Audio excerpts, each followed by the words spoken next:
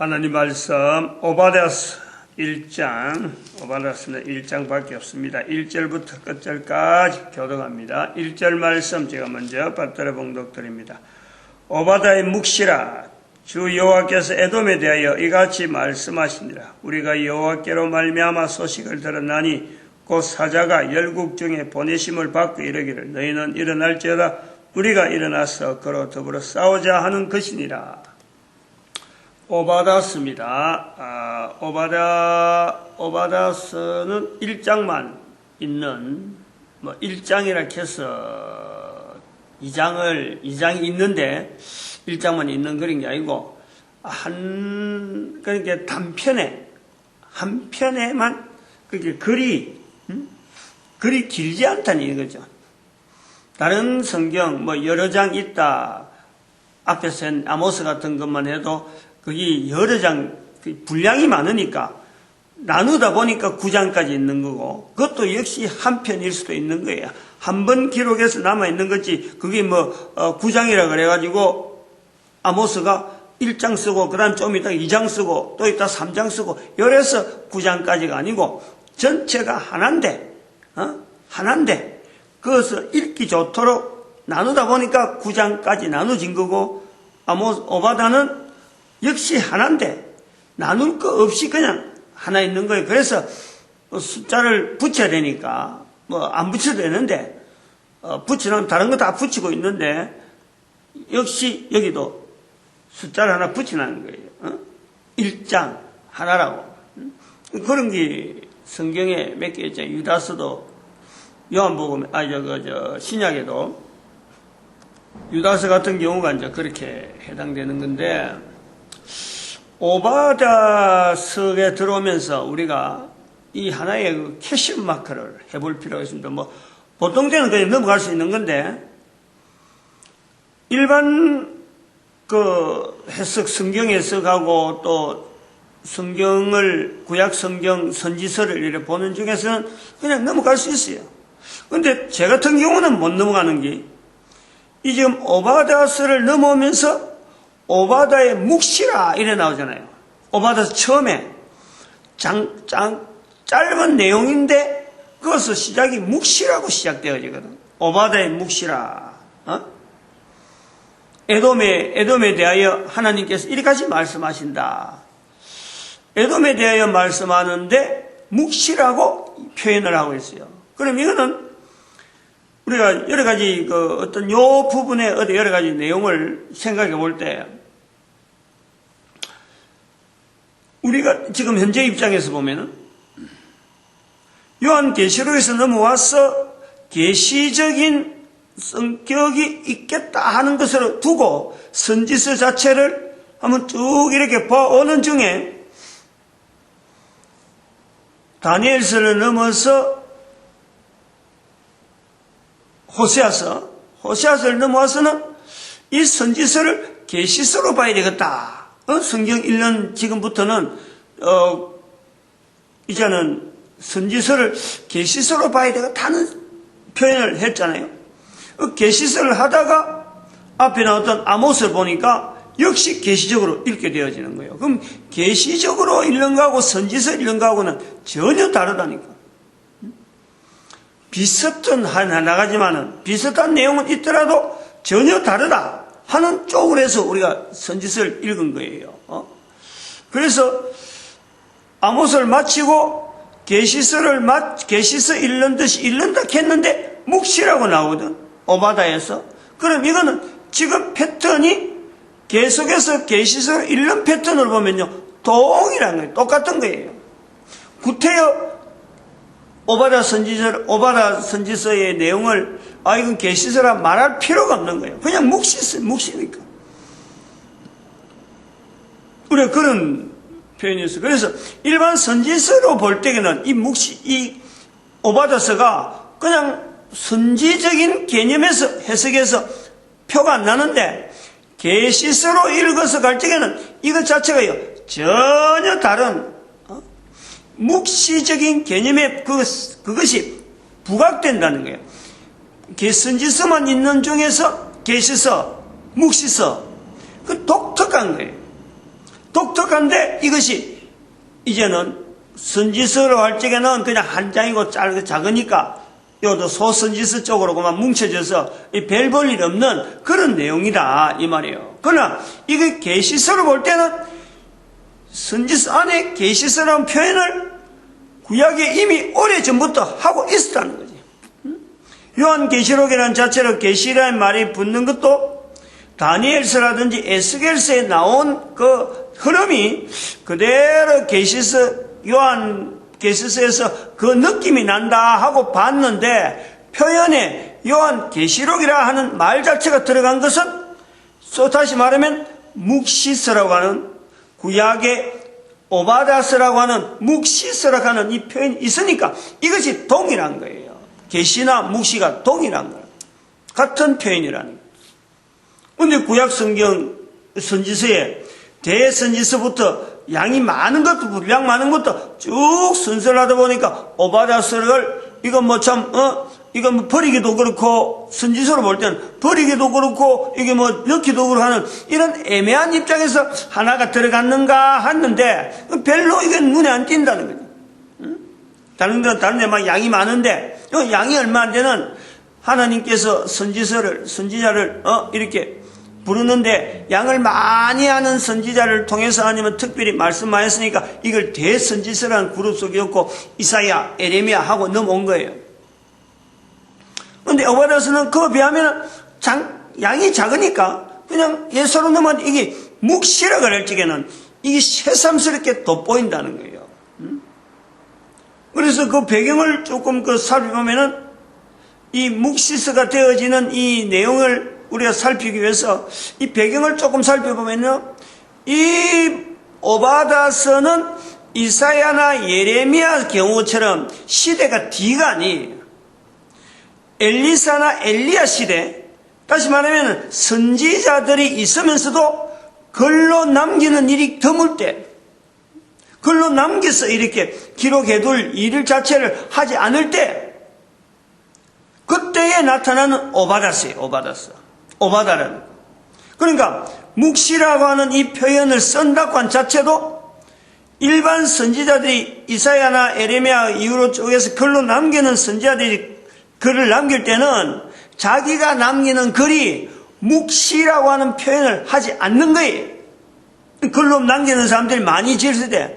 그런데 글로 남기는 사람이 없고 선지자 활동이 그냥 입으로만 전하는, 입으로만 나타내고 말한 것을 어떤 남기는 글로서 길로 기록하는 일이 없는 그런 상황에서 하나님의 주시는 말씀이다 하고 글로 남길 때에 그때는 글 쓰는 사람 자체가 이거는 자기가 쓰는 거지만은 자기 입에서 나오는 말이지만은 이거는 선포가 아니고 글로서 남긴다. 다음 사람에게 읽힌다. 이 개념이기 때문에 이게 묵시라 하는 이 표현으로 언어가요.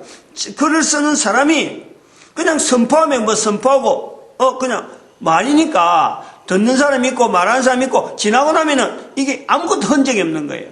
근데 하나님 말씀 자체는 여전히 움직이는 그것 자체를 이스라엘 백성들이 보고 있는데 이런 선포하는 말이 아니고 이 선포해야 될 내용을 글로서 남기는 것을 묵시라 하는 이런 개념이 있다는 거예요. 이 개념. 그런데 이렇게 쓰는 사람은 묵시라고 했는데 이것이 나중에 지금 후대에 지금 있는 오늘 우리 2000년 지난 지금부터 한 3000년 정도 되는 거예요. 지금 이 엘리사 시대 이야기하면은 3000년 가깝게 된대. 3000년. 딱 3000년이라고는 볼 수 없지만 그만큼 가깝다니까. 이게 글로서 기록한 것으로서는 아모스가 제일 먼저다. 선지자 활동으로서는 아모스가 제일 먼저다 하는데 오바다스로 들어가 보면은 이게 더 빠른 거예요. 아모스는 아모스는 여로보암 2세 시대에 남한국에 있는 목동이 올라가서 선지 활동을 한 게 그것이 선지서로서 글로 남기는 선지서는 제일 먼저라 그랬는데 오바다는 그보다 더 빠른 거예요. 그러므로 이것이 글로 남긴다고 하는 이런 문화가 나타나기 전에 이미 오래전에 남긴 그보다 일찍 했으니까 묵시라는 표현을 해서 글로 남기는 자체가 선지자라고 하면 무조건 나가서 선포하는 거지.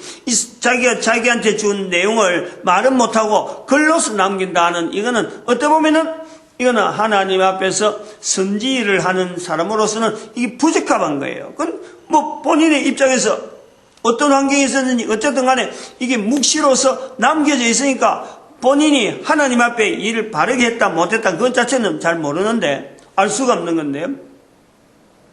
선지자적인 일반적인 윤례에서는 벗어나면서 글로 남기는 일이 이제 나타나면서 묵시라고 하는 자기의 표현을 지금 나타내고 있는 거예요. 그런 면에서 보면 이 묵시라는 표현이 어느 정도 이해가 되어지는, 그러니까 두 가지 측면에서는 우리가 진행하는 쪽에서는 묵시라는 말하는 게 받아들여지고 이 지금 흐름 자체가 맞는 거고, 우리의 지금 현재 시대적으로 볼 때는 이게 자체가 같은 흐름으로 가는 거고, 또 하나는 이 선지자 활동에서 벗어나는 하나의 이 예언 선지, 이 선지 활동, 글로서 남기는 것에서는 당시에서는 벗어났는데 오늘 우리에게는 어마어마한 어떤 하나의 변수를 성경 해석을 하는데 특별한 또 시각을 우리에게 보여주는 그런 개념에서 묵시라는 개념이 지금 대단히 중요한 표현이다. 이 부각이 된다는 거예요. 묵시라는 말을 쓰지 않는 것인데 이 묵시라고 써놨기 때문에 지금에서는 지금 대단히 이거는 참 어쩌면 정말 그 묵시적인 그런 어떤 현상에 우리에게 표현되어지고 있다는 거예요. 여기서 나오는 이 에돔에 대한 내용을 묵시라고 하면서 에돔에 대한 내용을 하고 있어요. 이 에돔, 에보다서에서 바로 우리가 또 반드시 찾아야 될 부분이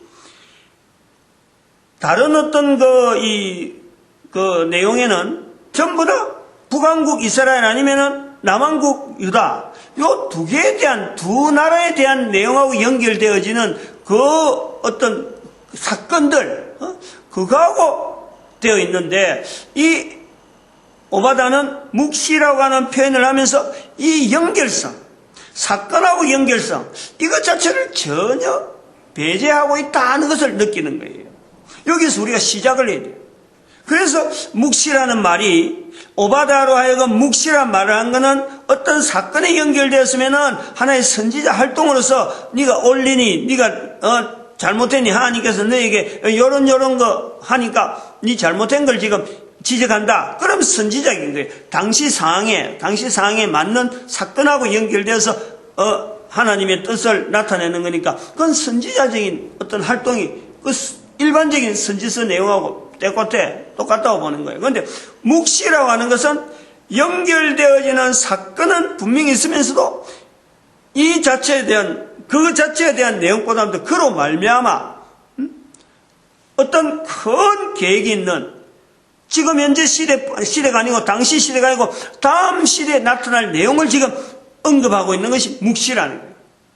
그러면 이런 묵시라고 하는 표현을 통해서 오늘 우리가 지금 현재적으로 오바다서를 통해서 봐야 될 내용은 뭐냐?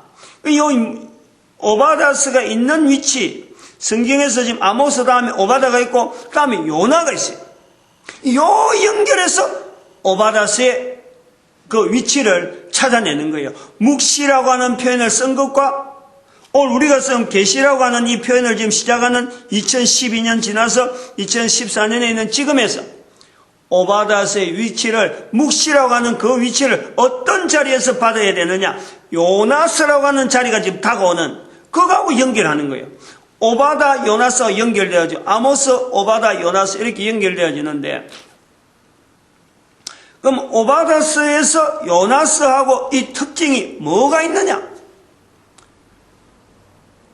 보통 성경 해석을 하는데 오바다서에서 나오는 이스라엘 민족하고 어떤 전쟁을 통해서 에돔에 대해서 에돔이 이스라엘과 전쟁을 가지고 그까고 지금 오바다로 하여금 이렇게 예언을 하겠다 이렇게 보는데 그것 자체를 보지 않으려고 하는 거예요.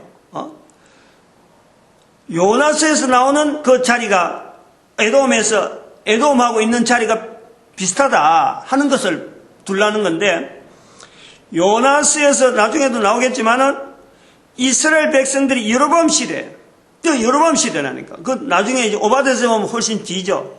시대적으로 뒤죠. 근데 이스라엘 백성들이 아닌 요나로 하여금 이스라엘이 적국되는 아수르에 아수르가 아니지. 아수르인가? 니누에 아수르에 가서 복음을 전하는 거 아니에요. 요 개념을 우리가 이 요나스에서, 오바댜서에서 이걸 같이 봐야 된다. 에돔에 대해서 내가 더불어 싸우리라. 1절에 보니까.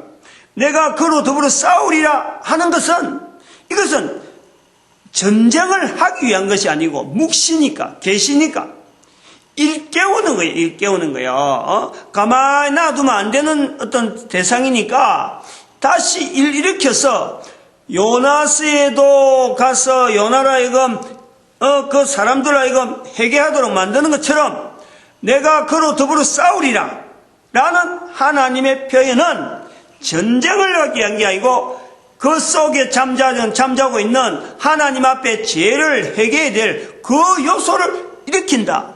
그게 더불어 싸운다. 그 표현으로 읽는 기란 말이에요. 또 더 가까이 가면은 에돔이라고 하는 이 자체가 야곱의 형제입니다. 야곱의 형제.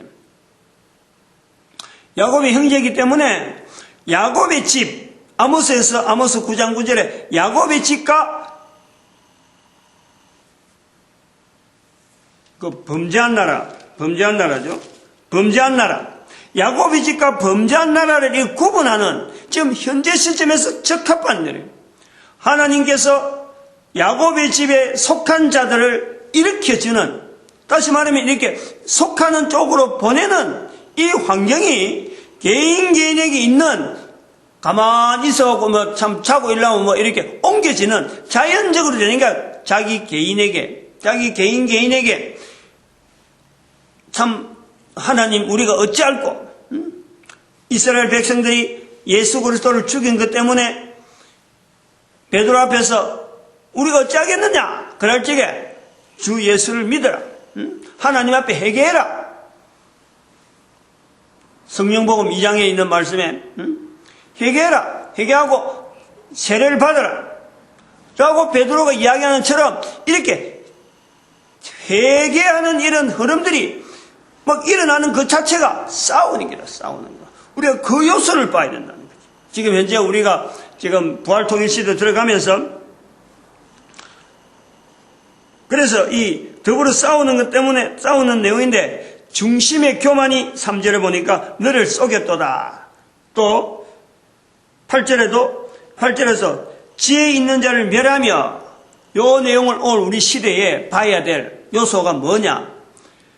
개인에게 있는 하나님 앞에 우상 섬기고 있다 하는 이 자체를 우리가 철저하게 회개해야 돼요.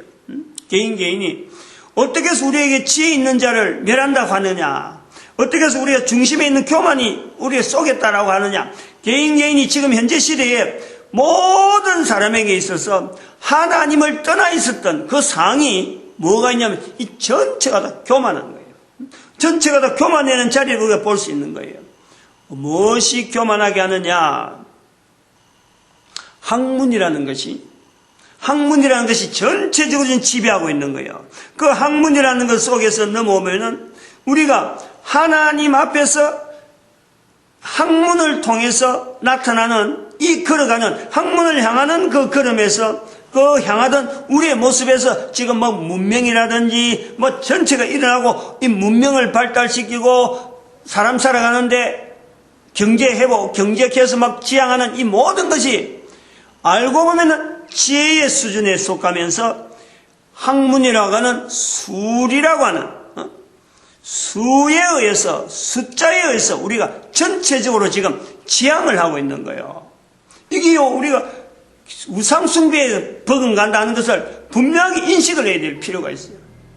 숫자를 통해서 모든 인류가 문명을 지향하게 되고 모든 인류가 학문을 선호하게 되고 그러면서 주일성수 예배 드리는 거 하나님 앞에 나오는 어떤 본질적인 자리 인간의 본질적인 자리에서는 차츰 멀어지고 하나님이 만들어놓은 이 우주 만물 여러 가지 섭리와 여러 가지 질서 속에 오히려 그게 진리가 있고, 그게 어떤 보면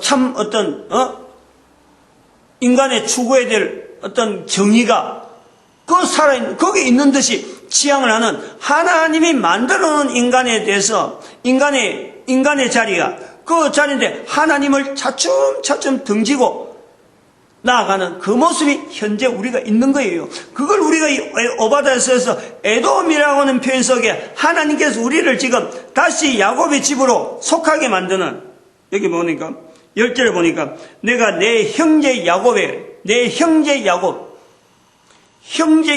표현하고 아모스 9장 9절에 야곱의 집이라는 표현을 하고 있는 이 연결 속에서 오바다라고 하는 이 성경이 단 한 권으로 되어 있지만은 오늘 우리가 계시서로 볼 수 있는 이 시점에서 적합하다.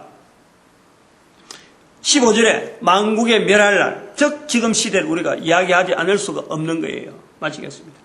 기도드립니다.